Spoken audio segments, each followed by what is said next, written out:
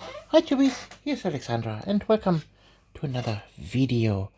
In this video I will, just build me a Space Marine and ramble a little bit in the background while I'm doing this. So what I'm doing here is I'm clipping out one of the intercessors from the Primaris Space Marines, and I'm going to convert him into a Desolation Space Marine. In the background there you can see already 3 finished build examples.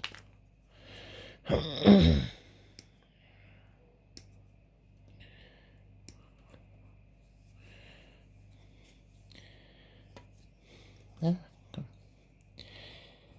I lost the grip on my clipper for a second.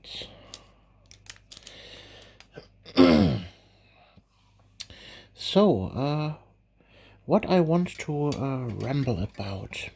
Well, Games Workshop comes out every year with new armies and new miniatures, and we all love them to bits, and we are all here for the plastic crack. Let's face it, we are all really addicted to this plastic stuff here. But not everything is sunshine and rainbows. You see, Games Workshop has a tendency to be a little bit cheap in the production of their products. And what do I mean by cheap? Well, when they release a new army, so to speak, they come out with some boxes accompanying them, and some character models, and maybe throw in some leftover vehicles from older versions. So, for example, let's say we take the Emperor's Children as a good example for that. Oops, I forgot to clip out the front part here. So, the Emperor's Children. They are a new army, and they are a remnant of the old Chaos Space Marine army. So, in later editions, or in previous editions, we had the Chaos Space Marines undivided in first, second, and third edition, and you had always a Chaos Space Marine book, and you could choose between all 5 Chaos factions, the 4 gods, and undivided, and you had always all the stuff for the god stuff in there. You had all the different Space Marine equivalents for Devastators, Assault Marines, and so on. And then you had your little cult followers like Noise Marines, Berserkers, Thousand Suns, and Plague Marines. And you could just simply use some marks of chaos to say, okay, the rest of the army is still following this god. Yeah, and that worked for several years. And then Games Workshop decided they needed more factions.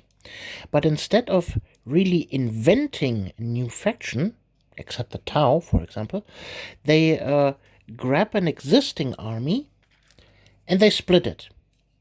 So, for Chaos means they split off the Death Guard, then the Thousand Suns, and then the Emperor's Children, the World Eaters, and now the Emperor's Children. So, they remove stuff from the old codex and make a new codex with some new stuff. So far, so good. But when they make this new faction, they these factions feel hollow. There's not much meat to them. And they almost never follow up on this first release. So you might remember me rambling about a codex back in the days. It's how long is it? Past 12 years or something like that, around about. That Games Workshop started with this process, and it was the Codex Legion of the Damned. That was an army, or at least GW called it an army, that consisted of only one single army entry, and it was just one unit. And from that day forward, they simply followed one simple,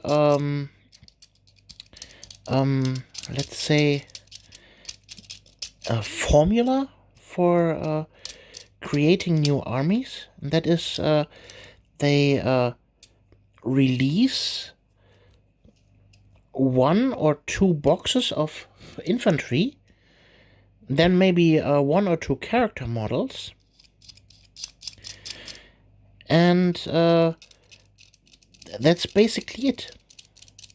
So these armies feel extremely hollow. In the case of, for example, the Leagues of Votan, they will spread out a little bit more because this is an entirely new army. So they get an heavy assault and heavy assault and elite entries for their codex and character models, but in the end you only have standard, storm or assault, heavy and elite, and that's very, very shallow. You don't have really something where you can pick and choose stuff from. You're compelled to fight a very, very specific way. So if you look at old armies, really old armies, like the Necrons, Space Marines, obviously, Chaos Space Marines, Tyranids, Adeptus Sororitas, those are armies that have several entries in their codex, and also they had several releases over the years, and all those releases were part of this codex. And so they have really meat behind them. Even if some of the stuff is really old, you can still field them. For example, in the Necron case, you still have those old destroyers in there, and it's highly doubtful that they ever will get a replacement, but you can still field them. They are a model that is usable in your army. But for example, it's now the Emperor's Children. You have 1 box of Emperor's Children that you can build as close combat and ranged option, like assault intercessors and normal intercessors. And then you have an elite version and character models. And people are angry about missing the point of there are no predators in the codex. You can only take a land raider, and people are screaming because why is there no dreadnought in there, and all the other chaos stuff that people are expecting from the Emperor's Children, but you don't get it. So you have your noise marines, your normal marines, and your elite marines, and that's it. That's not a codex, in my opinion. This is maybe a supplement, a codex supplement for Chaos Space Marines, that you can upgrade them to this and that. But why does Games Workshop do it that way? Well, that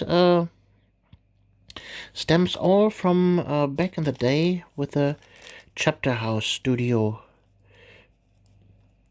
incident. It all goes back to there. Because Games Workshop lost a legal battle against Chapter House Studios when Games Workshop tried to sue them for creating upgrade bits and blatant copies of Games Workshop miniatures. And Games Workshop don't want third-party products, like for example here this missile launchers that are 3D print, but so to combat that, Games Workshop has from that moment onward released a policy, well, not released, but followed strictly a policy of there can't be units in the game that are not sold as miniatures, because everybody could copy those or make their own versions of those, and Games Workshop couldn't do anything about that. So in later days, in previous editions of Warhammer 40k, you always had units in the codices and in the background lore where you didn't have a miniature for it, but you could make your own. You could kit bash miniatures. You had character model entries with several weapon options. There were no miniatures for that, but you could possibly create them on your own with kit bashing and creating them with from scratch with green stuff and stuff, or 3D print them, and well, and you can make your army really your own because of that. But from this Chapter House incident forward, there can't be rules for miniatures for models that don't have an associated miniature that we sell. So you can see that clearly in the Codex Space Marines, for example. You have several unit entries for Primaris lieutenants and Primaris captains and librarians in different configurations. So, for example, you have the chaplain on foot, you have the chaplain on bike, and you have the chaplain with jump pack. Same with the captain. You have captain on foot, you have captain with jumping, you have captain in Terminator armor, and so on. So, and each miniature gets its own rules. And yeah, if you expand that to an entire army, you can only have rules for miniatures or for unit entries that you have miniatures for. So for the Emperor's Children now, people are angry because there's no Dreadnought. Yeah, Games Workshop doesn't want to overcommit when they create a new army. And so they simply don't produce too much miniatures for that army. So they committed to the Noise Marines, then the standard Slaanesh Space Marines in one box, and then some character models. And that's it. So then they try to create an army out of it. So let's see if this backpack would fit. Yeah, it fits. Nice. Okay. So, yeah, where was I? Wanted to glue on that missile launcher and that backpack.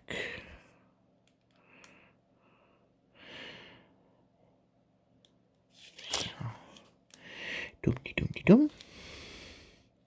De-doom-de-doom-de-doom-de-doom. So, yeah, that's the whole reason why we have this problem. And how could we solve that? Well, we can't really solve that because the ball is definitely in the side of GW.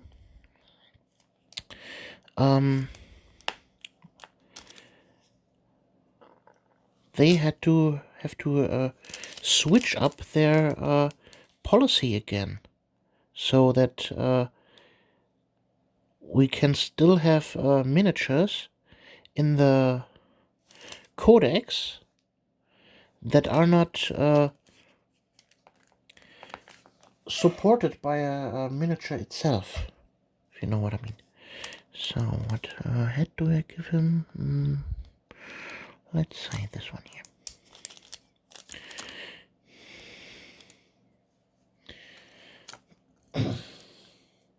And that's the reason why we have so shallow armies.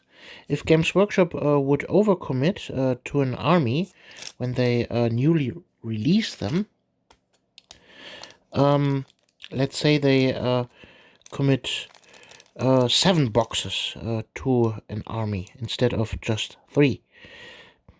Let's say we have the infantry with the noise marines and the normal space marines, and then the elite box with the elite sword brethren in there. I don't know how they are called in the Slaanesh faction, but yeah, those are 3 boxes then overall. And then let's put in 1 new tank, then maybe a dreadnought. Then we have already 5 boxes, and then maybe 2 character models, and voila, we have now a more suitable army. But from Games Workshop's point of view, that is something that's really expensive, because making miniatures, especially designing them and making molds for them, is quite expensive. And so Games Workshop has a really big overhead, and they need to see first if this army would be profitable for them. No? So, in the case of the Emperor's Children, this is an army that is, well, basically had never a real release. They always had only 3 miniatures in 3rd edition, these 3 Noise Marines, and then years long nothing, and then they had an upgrade kit with some Noise Marine weaponry for order in ordering from the website only, and that's it. So they never had a real Slaanesh Space Marine army. This is now the first time they released that, and well, on Games Workshop side, they simply have to see if this army is worth investing in. So for the first foreseeable future, you won't see anything that could increase this army. Only if we as customers completely commit to the Emperor's Children and supply Games Workshop is with evidence enough that it is worth investing in them, then maybe in the release version for, let's say, 13th edition, they could come up with an update for the Emperor's Children then, with new boxes. Then they get maybe 2 new units and a character model and maybe a tank or something like that. Yeah, but this is a long process. And same goes for other armies. We have not only the Emperor's Children as shallow armies. No. There are also the World Eaters. Then we have the Leagues of Wotan. Then in Warhammer Age of Sigmar, almost every army there except for the Stormcast Eternals, and so on. So it's an ongoing battle for each army to get recognition enough to get a new update and new models and new miniatures. Look at the Eldar, for example. The Eldar were sitting ducks on their old miniatures for over 25 years. They never had an update. Maybe here the Avatar of Cain got an update, but that was all. So, yeah. So, let's give this one here a chainsword, like that, like there, and voila, this is my sergeant.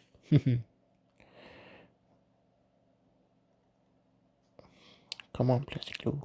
I need you.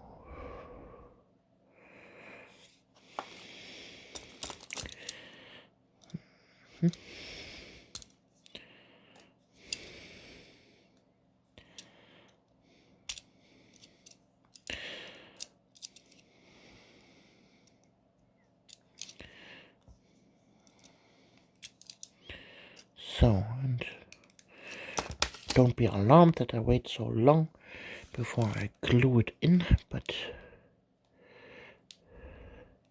that's totally fine for plastic glue.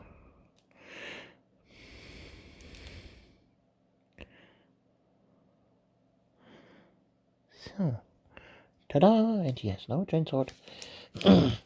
So, and that's him almost done. Still some filaments that I need to clean here.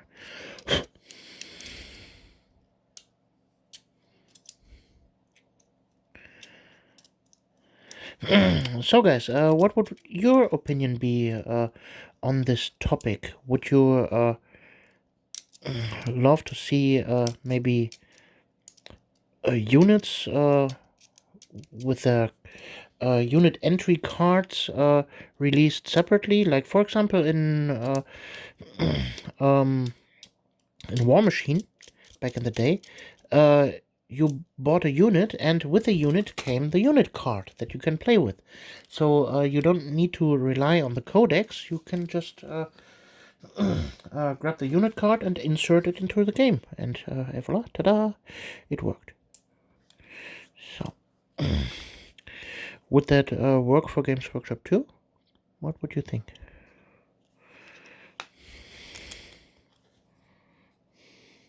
Yeah, come on.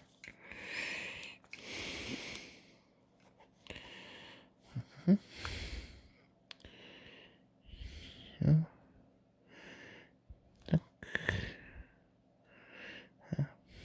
Damn it. Come on.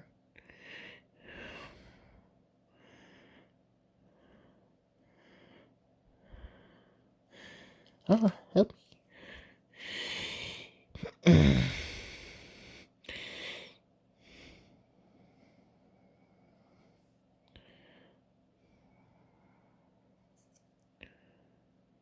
Okay. And now, last but not least, the chapter marking.